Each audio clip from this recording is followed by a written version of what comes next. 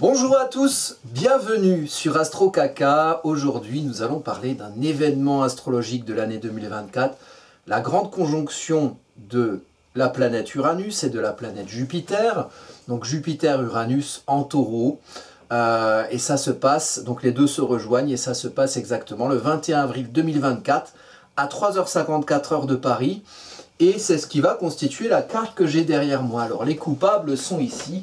Nous avons Uranus et Jupiter à 21,50 degrés du taureau. C'est une conjonction qui n'est pas conjoncturelle, même si c'est à ce moment-là, le 21 avril, qu'elle a lieu. C'est une énergie qui rumine depuis un moment et qui va nous concerner pour toute l'année 2024. Alors, si vous voulez, pour vous donner le contexte, Jupiter qui rejoint Uranus, c'est, on va dire, un paroxysme, un nœud énergétique qui est le point le plus fort du transit uranien depuis 2019. C'est-à-dire qu'en 2019, le copain Uranus, donc Uranus, qu'est-ce que c'est? C'est l'énergie d'évolution, c'est la tempête, c'est le dieu des orages et des tempêtes, c'est quelque chose qui bouge, c'est quelque chose qui évolue. Uranus, dans un thème natal par exemple, c'est l'endroit où vous faites votre révolution individuelle, où vous mettez en avant qui vous êtes. Au-delà peut-être de certains conditionnements, c'est une libération de soi, une libération du moi, une libération de ce qu'on comprend de soi et ce qu'on active, puisque Uranus est une planète de feu. Donc c'est du feu, c'est de l'action, c'est du mouvement qui met en avant l'individualité, qui on est, ce qu'on comprend de soi, et c'est un peu agir au nom de ce qu'on comprend de soi. Alors tout ça, c'est un cheminement dans une vie. À un moment donné, on est amené à mettre en avant ou en valeur son individualité de différentes façons, selon ce que vous avez, vous, dans votre contexte de vie. L'énergie uranienne, c'est celui qui va se révolter. C'est un rebelle, Uranus. Donc il met le mouvement pour agir en conscience de qui on est individuellement. Donc individuellement, c'est ce qui se distingue, ce qui distingue ce qu'on est, nous, de tous les autres autour de nous. Hein. C'est un des maîtres du signe du Verseau. C'est une planète d'innovation. C'est une planète de libération de l'individu. C'est une planète de modernité aussi, Uranus. Hein, c'est quand on a eu la période d'Uranus en domicile en Verseau, dans les fins des années 90, début des années 2000, où on a eu l'avènement d'Internet. Il y a quelque chose de la mise en avant de qui on est au sein d'une structure en réseau avec Uranus. Et ça correspond au signe du Verseau, qui a 2 maîtres, Saturne, la part de réalité concrète, comment fonctionne cette structure, comment elle se structure d'ailleurs, d'où elle vient, voilà, on ne l'a pas inventée. Vous n'avez pas inventé le Minitel, vous n'avez pas inventé le téléphone, vous n'avez pas inventé Internet, vous n'avez pas inventé les routes, les manières dont on interagit entre nous. Et donc à cette structure existante, alors aujourd'hui c'est avec Pluton en Verseau, on a eu le premier passage de Pluton en Verseau, on a eu ChatGPT aujourd'hui qui commence à se généraliser. Maintenant il y a les lunettes de Stormtrooper pardon, qui viennent où on peut avoir l'ordinateur directement en marchant et puis comme ça on voit plus nos gueules et des fois c'est peut-être pas plus mal. Puis peut-être que c'est plus mal, hein, c'est au jugement de chacun. En tout cas, il y a des nouvelles manières d'interagir qui arrivent depuis que Pluton amène son énergie de destruction, de déstructuration pour renaître à autre chose, à d'autres manières d'interagir entre nous. Et donc là, le côté structuré du Verseau saturnien vient être bouleversé par Pluton qui est revenu en Verseau depuis le 20 janvier. Et là, il y sera, il aura un rôle, donc ce 21 avril 2024, et donc il aura un rôle aussi sur toute l'année, on va y venir. Donc Uranus, c'est la part de mise en valeur de l'individualité du Verseau. Donc qui je suis dans cette structure interactionnelle qui est en train d'être bousillée par Pluton, bousillée pour renaître à autre chose après. Ben, on verra renaître à quoi? Peut-être qu'on peut être acteur là-dedans, peut-être qu'on peut décider, voilà, de, je sais pas, comment on peut interagir entre nous. Peut-être qu'on peut se mettre d'accord ou peut-être qu'on peut laisser d'autres personnes nous décider à notre place comment on interagit entre nous. Ça, c'est à chacun de voir, hein, chacun voit midi à sa porte. Moi, j'aurais tendance à vouloir plus être acteur, mais après, si vous pensez que les personnes qui sont aux commandes par exemple des GAFAM, hein, de Google, tout ça, YouTube aussi, hein, sur le réseau sur lequel on est, bah, font les choses en bienveillance et puis finalement ils se démerdent bien et puis tout le monde en profite et puis ils amènent des valeurs intéressantes pour qu'on puisse interagir entre nous. Bah, on continue comme ça et puis on se voit là comme ça toutes les semaines et je fais une petite vidéo astro, c'est super. Voilà, on prend les commandes, bon après bon, voilà, ça demande à se creuser le ciboulot, hein, c'est un peu chiant, hein. Mais voilà, chacun fait comme il veut. Mais en tout cas, les manières d'interagir entre nous avec Pluton en Verseau, elles sont déstructurées, elles vont renaître à autre chose de toute manière. Que ce soit dans un sens où on détruit toutes les structures interactionnelles et puis qu'il n'y a plus d'électricité, alors il n'y a plus d'internet, alors c'est la révolution, alors du coup les routes elles se dégradent, et du coup ben, on revient un peu voilà, des choses plus terriennes, là tiens il faut que je bouffe, comment je vais faire?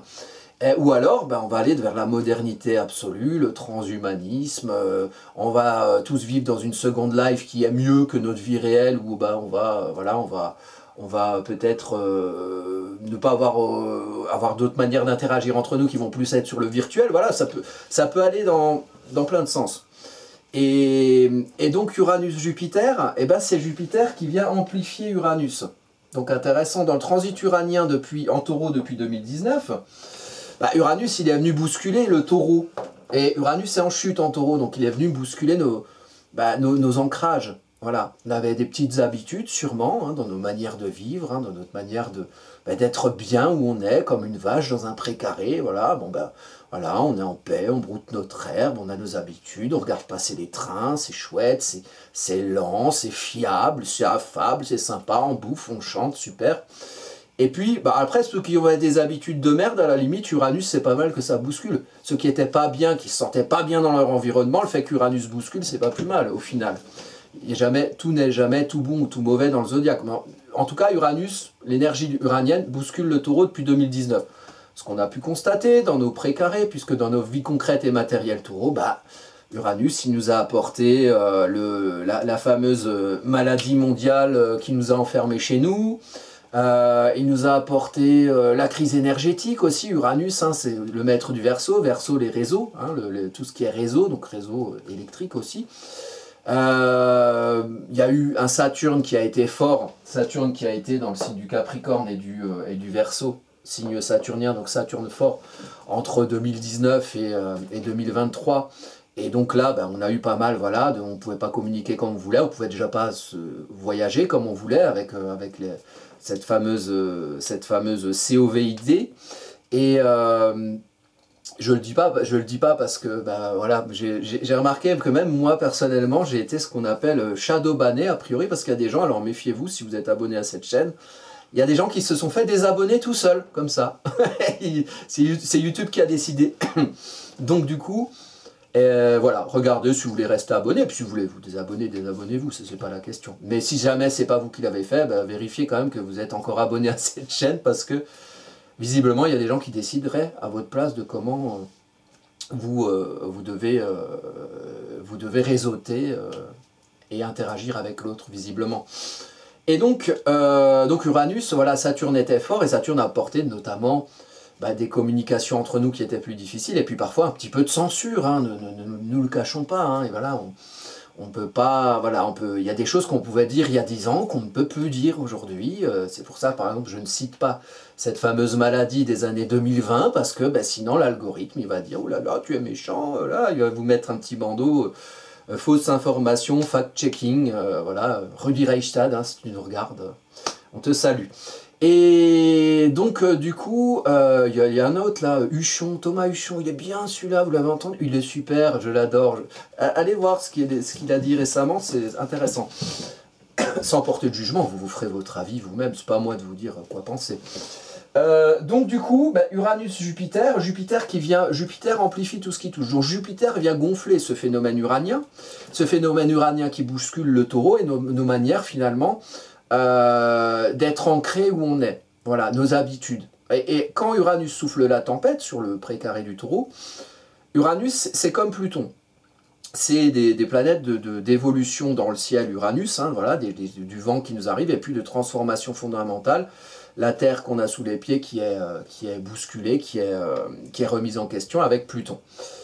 Et Pluton, c'est une transformation du dessous, des fondations. Et Uranus, c'est une transformation, c'est une tempête qui nous vient dans la gueule. Alors, évidemment, le taureau, il est solide dans ses habitudes. Hein, c'est une vache, hein, c'est la force d'inertie. Donc, il peut la supporter un petit peu, sa tempête.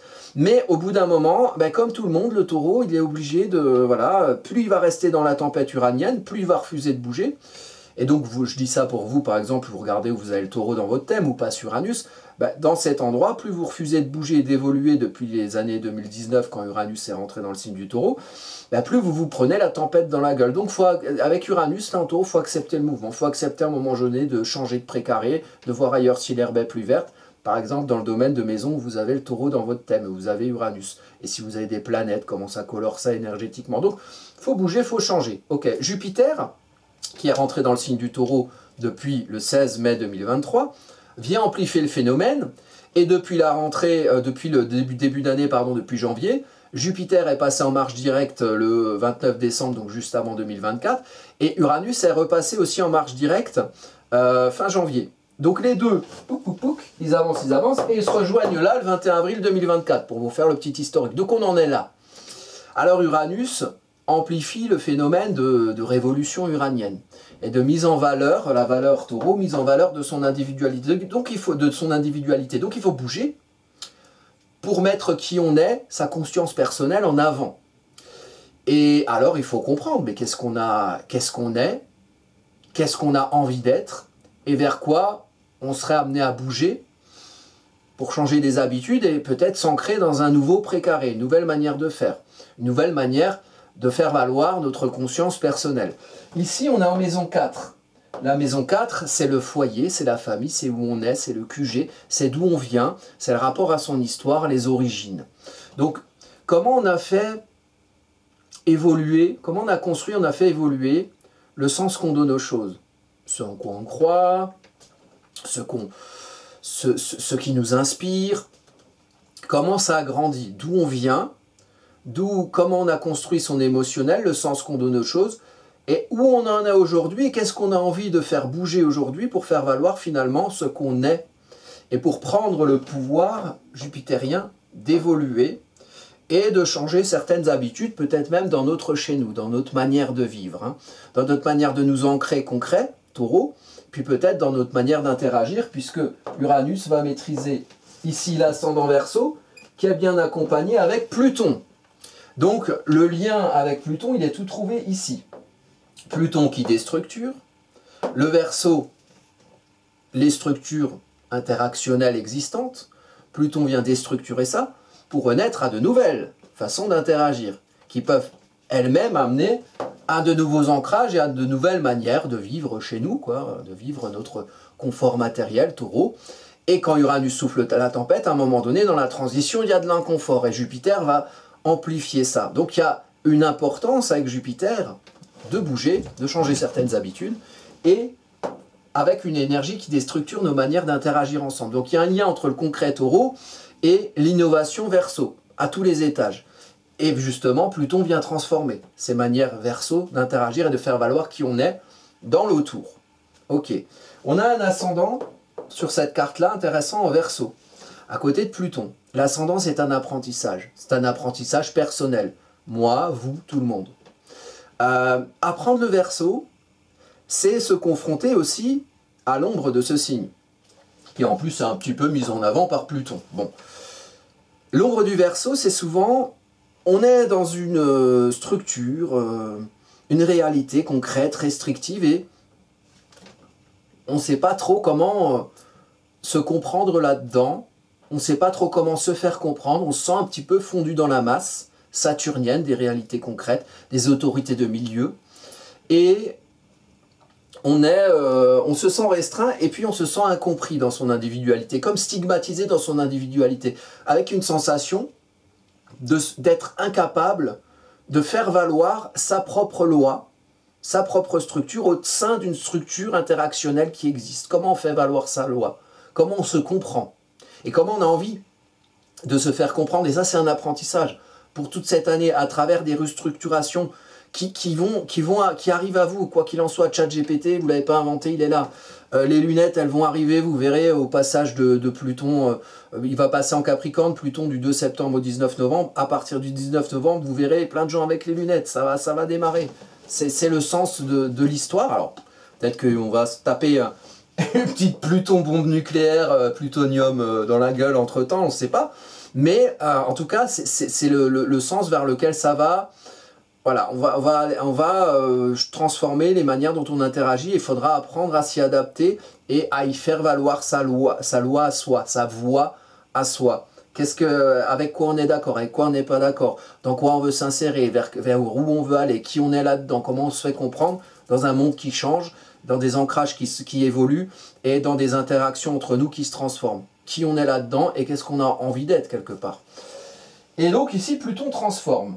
Et on a, intéressant, on note peu, hein, parce qu'évidemment la grande conjonction, les astrologues, ils vous bassinent tous avec ça, et moi le premier.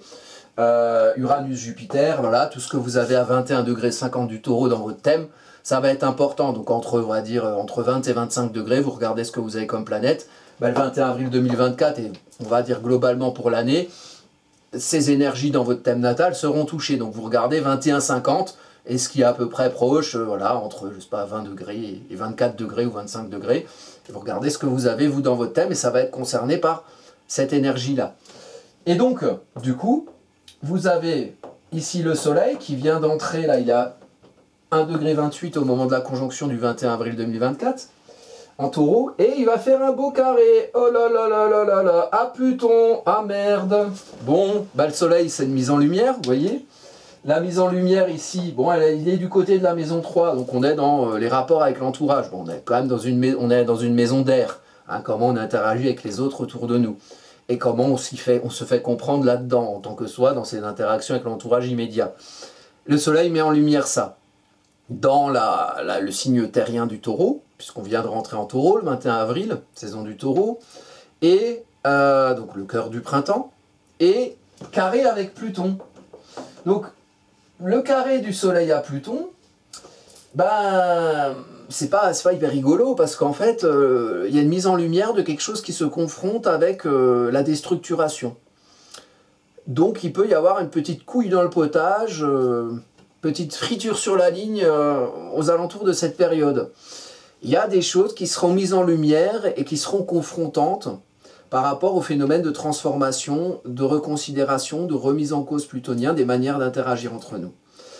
Alors, Pluton en carré au Soleil, ça veut dire qu'il y a une mise en lumière d'un truc qui est un peu confrontant. Bon. Depuis que Uranus s'est repassé en marche directe, et que Jupiter est aussi repassé en marche directe, se rapprochant d'Uranus au mois de janvier, vous avez vu qu'on a eu des manifs d'agriculteurs en France, pour ceux qui connaissent. Bon, ben, le Taureau, c'est quand même le signe de l'agriculture, c'est le travail de sa terre, c'est le cœur du printemps. Alors, est-ce que ce phénomène-là va être amplifié spécialement en avril? Moi, je ne suis pas sûr qu'on se dirige spécialement vers ça. Il y en a qui disent naninana, la guerre. J'ai entendu ça. La guerre. Oh, il y aura une guerre, machin. Ils nous bassinent. Bon, en gros, il y a une crise financière. c'est ce que j'ai cru constater. Et que, bon, bah, du coup, il faut faire économie de guerre. Comme ça, bon, ben voilà. On peut chanter une autre chanson aux pigeons que nous sommes. Et donc, du coup, est-ce que ce phénomène sera amplifié? Moi, j'ai envie de dire, de toute manière, j'ai commenté ça sur je ne sais plus quelle page Facebook, vous pensez que vous créez... Enfin, la guerre est déjà là, ça fait des guerres, il y en a partout, il y en a qu'on ne connaît même pas, dont on ne nous parle même pas. Là, on nous bassine avec la guerre en Ukraine. Voilà, je veux pas prendre position ou quoi que ce soit, mais je veux bien, moi, qu'on... Enfin, si on est dans un pays genre la France et que c'est démocratie, le peuple qui gouverne, peut-être que ce serait bien qu'on décide de, si on veut éventuellement faire une guerre ou pas, non? Enfin, je sais pas ce que vous en pensez. Moi, j'aime bien décider. Enfin, si on décide pour moi, je risque de ne pas être d'accord, vous voyez. Et après, moi, je suis géographiquement, c'est vrai que j'ai un mauvais sens de l'orientation. Après, si je confonds l'Ukraine avec le 55 Faubourg Saint-Honoré, est-ce que je me serais trompé d'adresse? Mais bon, voilà, c'est un petit peu bizarre, ces choses-là, je trouve. Hein. pour une considération personnelle, après vous considérez comme vous voulez. Mais des guerres, il y en a déjà partout. Je veux dire, le truc là, qu'est-ce qui se passe à Gaza, là, depuis Gaza, Israël, là, depuis octobre, j'aurais entendu qu'il y aurait eu 30 000 morts à Gaza, plus les 1400 d'Israël, ça fait 31 400. C'est quand même beaucoup ça, 30 000, vous imaginez? Moi j'habite dans un endroit, il y a 40 habitants, donc c'est 40, puis ça fait combien de villages comme chez moi où il y a du monde, hein, il n'y a plus personne.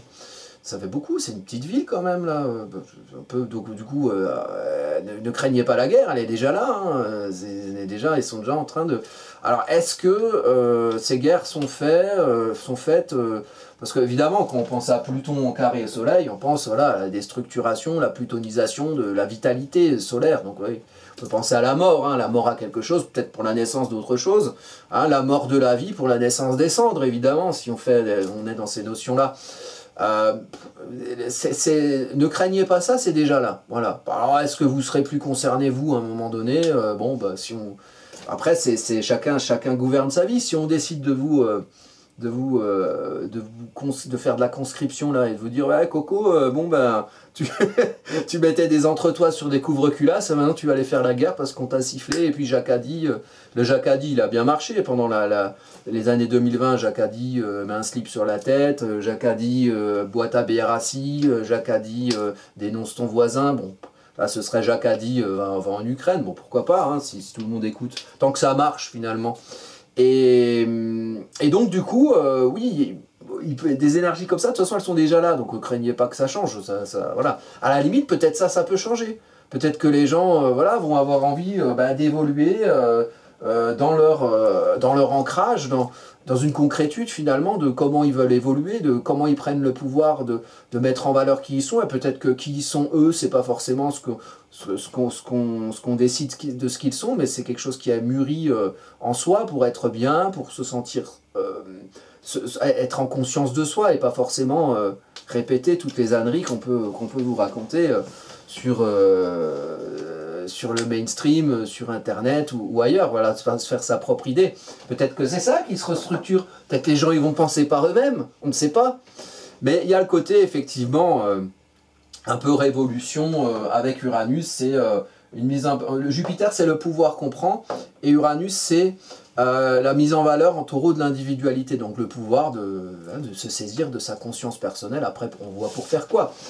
Mais voilà, ici, voilà, apprendre avec l'ascendant Verseau Pluton, c'est aussi apprendre à reconsidérer ce qu'on comprend de soi et peut-être ce qu'on diffuse de soi. Alors, au niveau de cette conjonction-là, donc Uranus-Soleil, on a ici un beau trigone à la lune noire. Alors c'est des trigones, ils sont pas méga glopes, hein, ils sont pas méga rigolos. Bon, trigone à la lune noire et puis trigone à Cérès ici. Vous voyez? Quand je dis se comprendre en tant que soi. On a une maison 12. La maison 12, c'est la gestation du sens qu'on donne aux choses. Hein. En Capricorne, c'est on structure, on gouverne ses émotions. On essaye de saisir, de faire valoir sa loi à soi dans le sens qu'on donne aux choses pour peut-être comprendre ce qui nous structure et gouverner finalement le sens qui mûrit en soi, peut-être pour l'exprimer par soi en Verseau. Donc il y a un côté, bon il y a une réalité concrète, il y a des choses qu'on ressent. Il faut essayer de comprendre ce qu'on ressent, il faut essayer de le structurer pour se structurer dans ses ressentis, en faire quelque chose qui est gouverné en son nom, quelque part, avec Saturne. Saturne, avec le Capricorne, c'est un signe de l'hiver, il fait froid dehors, on ne fait pas n'importe quoi, donc on structure les choses, et à un moment donné, utiliser l'énergie du Capricorne, c'est pas juste subir le froid, c'est essayer d'anticiper les choses, de faire son plan d'attaque, pour faire du froid du dehors quelque chose dans lequel on peut se comprendre et on peut faire valoir sa loi à soi. Et puis on a les maîtres d'ascendant ici, les maîtres d'ascendant Verseau avec Saturne et Uranus.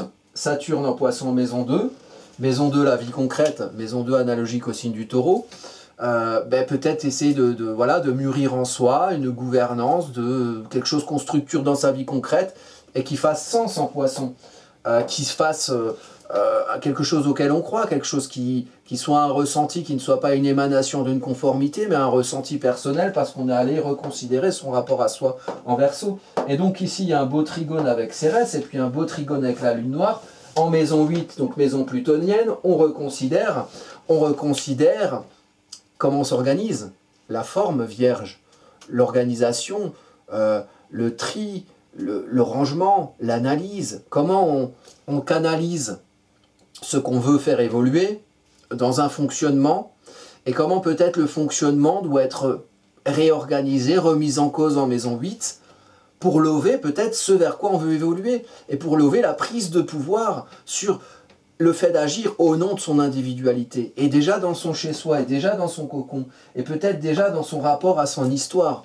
D'où on vient, pourquoi on veut évoluer. Quand on veut évoluer, on veut bien évoluer, on évolue de quelque part. Quand on veut changer de précaré et qu'on veut bouger les lignes, c'est qu'on part bien de quelque part. Alors l'idée, c'est de comprendre de quoi on part pour savoir où on veut aller. Et en fonction, ben, on va devoir peut-être trouver des organisations et comprendre avec la Lune noire, mais quelles organisations il y a autour de nous, dans quelles organisations ne love, qui ne nous conviennent pas et qui ne conviennent pas à cette volonté d'évolution ou à cette ambiance amenant à l'évolution. Donc c'est vraiment, moi je trouve que c'est une carte importante au-delà des guerres, machin, tout ce qu'on peut vous annoncer, des crises financières. C'est surtout une occasion de prendre conscience de qui on est, de ce qu'on a envie de faire et de ce qu'on a envie de construire. Et c'est ça qui est important en vrai dans cette carte et en vrai dans cette ambiance. Et en vrai dans le passage de Pluton, au-delà de la forme, au-delà, mais il m'a arrivé ci, il m'a arrivé ça. Mais ce qui vous arrive, c'est parce que ça vient de vous en fait, au départ. Donc au départ, si on saisit sa gouvernance, ben on décide de ce qu'on fait. Autant que faire se peut, évidemment, il y a une réalité concrète, il y a des choses qui se passent autour. Je veux dire, c'est pas parce que ouais, je décide, tiens, je décide, il n'y a plus la guerre en Ukraine, il n'y a plus la guerre en Ukraine. Non, la guerre en Ukraine, c'est pas moi qui vais décider de l'arrêter.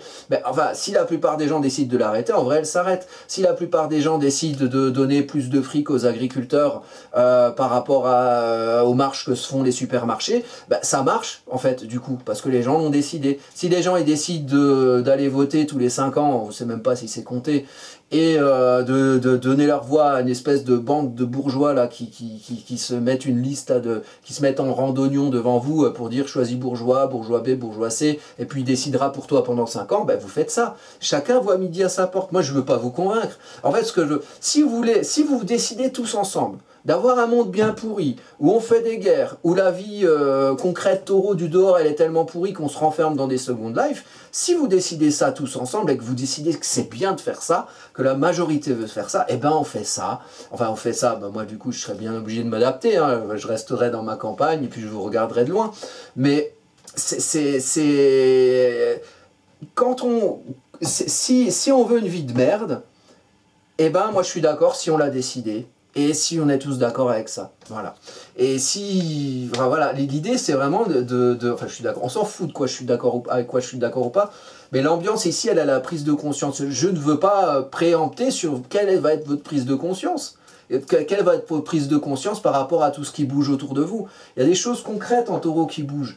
Je sais pas, moi, des trucs matériels, la bouffe, taureau, c'est la bouffe. Les prises augmentent. C'est concret, il y a une évolution concrète. Comment vous prenez votre pouvoir, vous, de vous adapter à cette évolution concrète? Il y a des choses qui changent en termes d'interaction entre les uns et les autres. Moi, je vous parle du shadow ban de YouTube éventuel, là, qui me sucre des abonnés. Bon, moi, on s'en fout, j'ai pas une grosse émanation sur YouTube. Mais il y a d'autres chaînes qui, voilà, qui sont victimes de ça parce qu'ils ont un discours un peu qui convient visiblement pas à une espèce de nomenclatura économique. Et comment on s'adapte à ça et puis comment on reconsidère surtout qui on est soi au sein de ces interactions qui changent. Sur cette carte-là, on a plusieurs choses, on a plusieurs figuriodes. Il y en a une à l'ascendant qui est ici, tac, tac. Et puis il y en a une, je vais peut-être changer de couleur, mais enfin bon, on voit de toute façon pas grand-chose. Une autre figuriote qui se fait là, ici, donc il y en a une à Vesta et il y en a une à l'ascendant. Les figuriotes, c'est toujours des paratonnerres, c'est intéressant, ça amène l'énergie là. À l'ascendant, on a un iode qui se fait à Vesta, la flamme intérieure, et à Junon, ici. Junon, c'est le lien aux autres. Comment on est entre nous, voilà. Comment on est entre nous, comment on interagit entre nous, comment on fonctionne en Vierge, par quel support, par quelle logistique on interagit. Donc là, il y a tout le côté chat GPT, les lunettes bidules, tout ça. Et Vesta, c'est la flamme intérieure. c'est la flamme intérieure qui doit brûler. En fait, il y a un socle, hein, c'est les vestales dans les temples romains. Elles gardent la foi dans des temples, elles gardent les reliques, machin, une espèce de bonne sœur. Et l'idée avec Vesta, c'est là où vous avez Vesta dans un thème, c'est là où vous avez foi en vous, en fait. Et dans ce thème, dans cette ambiance, il y a foi en le fait de se sentir bien, en sécurité affective et émotionnelle dans son quotidien. En vrai, c'est ça qu'on cherche. Ok pour évoluer, ok pour la modernité, mais on est quoi là-dedans? Et est-ce qu'on est bien là-dedans? Est-ce qu'on se sent bien là-dedans avec Junon entre nous? Est-ce que le fonctionnement finalement que toute cette modernité amène, nous amène du confort et nous amène une sécurité dans notre quotidien et nous amène peut-être à vouloir nous-mêmes être protecteurs? Comment ça marche tout ça? Comment ça se concilie? Et puis il y a l'autre figure Iode ici qui se fait à Vesta et qui lie Vesta au milieu du ciel. Et le milieu du ciel, donc Vesta, et même à Pallas, la stratégie.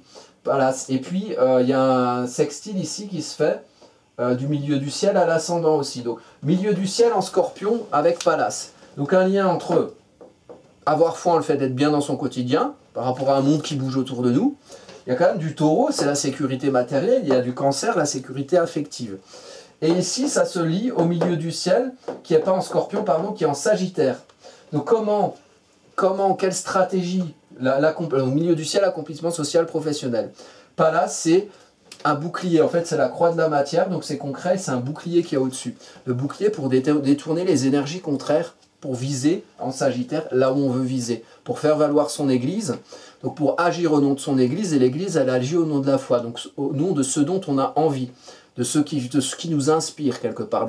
C'est vers ça qu'il faut aller. Dans le monde social, on a une église à soi qu'il faut comprendre, c'est une manière d'agir au nom d'une foi. Donc il faut comprendre la foi, il faut comprendre ce qui nous botte, ce qui nous fait envie, ce qui nous inspire.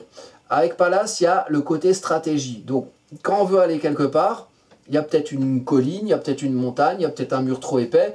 Soit on se tape la tête sur les murs trop épais et puis on se casse la tête, soit on contourne pour préserver l'intégrité du chemin vers lequel on veut aller, pour finalement réussir à faire valoir son église en faisant pas n'importe quoi, en pouvant un petit peu faire l'anguille quand il y a un truc trop épais, trop confrontationnel, et pour aller sur le chemin vers lequel on veut aller. Et peut-être que c'est ça qui permet, avec Vesta, d'avoir foi en le fait d'aller vers un quotidien dans lequel on se sent bien et en sécurité. Peut-être en visant quelque chose qui va au-delà de, en Sagittaire, au-delà de certains conditionnements, certains marasmes émotionnels Scorpion, certains enfermements, certaines manipulations, certains rapports dominant-dominé, et de faire valoir son église pour viser au-delà et de s'adapter à tous ces changements, ou peut-être faire que ces changements interactionnels s'adaptent à soi et à ce qu'on veut, et à notre manière d'être bien, et peut-être de fonctionner ensemble avec Junon. Donc voilà un peu ce que je vois, moi, sur ces énergies-là. C'est très tonique dans le Taureau. Dans le Taureau, les habitudes sont bousculées. Plus vous allez refuser l'obstacle du changement, plus vous allez vous prendre la tempête dans le cul. Avec Pluton qui maîtrise Uranus, et avec Uranus qui est en chute en Taureau. Donc ça va être important de trouver un moyen ou vous adapter à un monde qui bouge, ou d'adapter le monde qui bouge à ce qui fait sens pour vous. Mais tout ça dans l'idée vraiment d'une grosse prise de conscience de qui on est, de qu'est-ce qu'on a envie d'être, de comment réussir à se faire comprendre au nom d'une conscience de soi qu'il faut aller chercher quelque part, pour viser en Sagittaire quelque chose qui fasse valoir votre église, hein, qui agit au nom de la foi. Et la foi ici... Neptune, les poissons, elle agit avec Mars, elle construit avec Uranus, et puis elle inspire avec Neptune. Tout ça dans le monde du concret. Donc, comprendre qui on est pour construire quelque chose qui fasse sens dans la vie concrète. Dans votre chez vous, maison 4 Taureau. En maison 2 en poisson, en sextile. Le sens dans sa vie concrète. Avec un apprentissage Verseau, donc reconsidérer le rapport à soi, qui on est. Puis voilà. Ça fait du programme quand même. Hein. Alors vous, dans votre thème natal, tout ce que vous avez vers les 22 degrés, 21 degrés 50, vous regardez quels aspects ça fait à ça. Par exemple, les gens qui ont plutôt des placements à 21-50 du poisson ou du cancer, ça va être plutôt stimulant. Si vous avez des choses en signe de terre, c'est pas mal aussi, même attention à la lune noire qui est à 18 degrés ici. Et puis si par contre vous avez des choses en lion ou des choses en Verseau, ben là c'est plus confrontant. Et notamment pour le début Verseau, ça marche pour toute l'année. Tout ce que vous avez entre 0 et 2 degrés du Verseau, c'est un petit peu plutonisé, qu'importe le signe. Alors si c'est en Verseau, c'est central, mais dans tous les signes, si vous avez des planètes entre 0 et 2 degrés, elles vont être concernées par les transits plutoniens de l'année. Voilà, et bien sur ces belles paroles, moi je vous souhaite de vous trouver, de vous comprendre et de vous faire comprendre, et puis de pouvoir digérer en taureau au mieux tous ces mouvements pour que le monde soit plus beau, après en avoir peut-être mieux pris conscience et avoir pris conscience de qui on est là au milieu de tout ce vent des tempêtes qui va venir s'amplifier par Jupiter et dans lequel peut-être on va pouvoir réussir à prendre notre place pour être bien dans notre Cancer, dans notre Taureau, et puis voilà. On verra bien. Bon, alors 21 avril 2024, hein, notez bien cette date, elle est importante. Et puis globalement pour l'année 2024, c'est une année qui bouge. Je vous remercie de votre attention. Je vous donne rendez-vous bientôt pour une prochaine vidéo.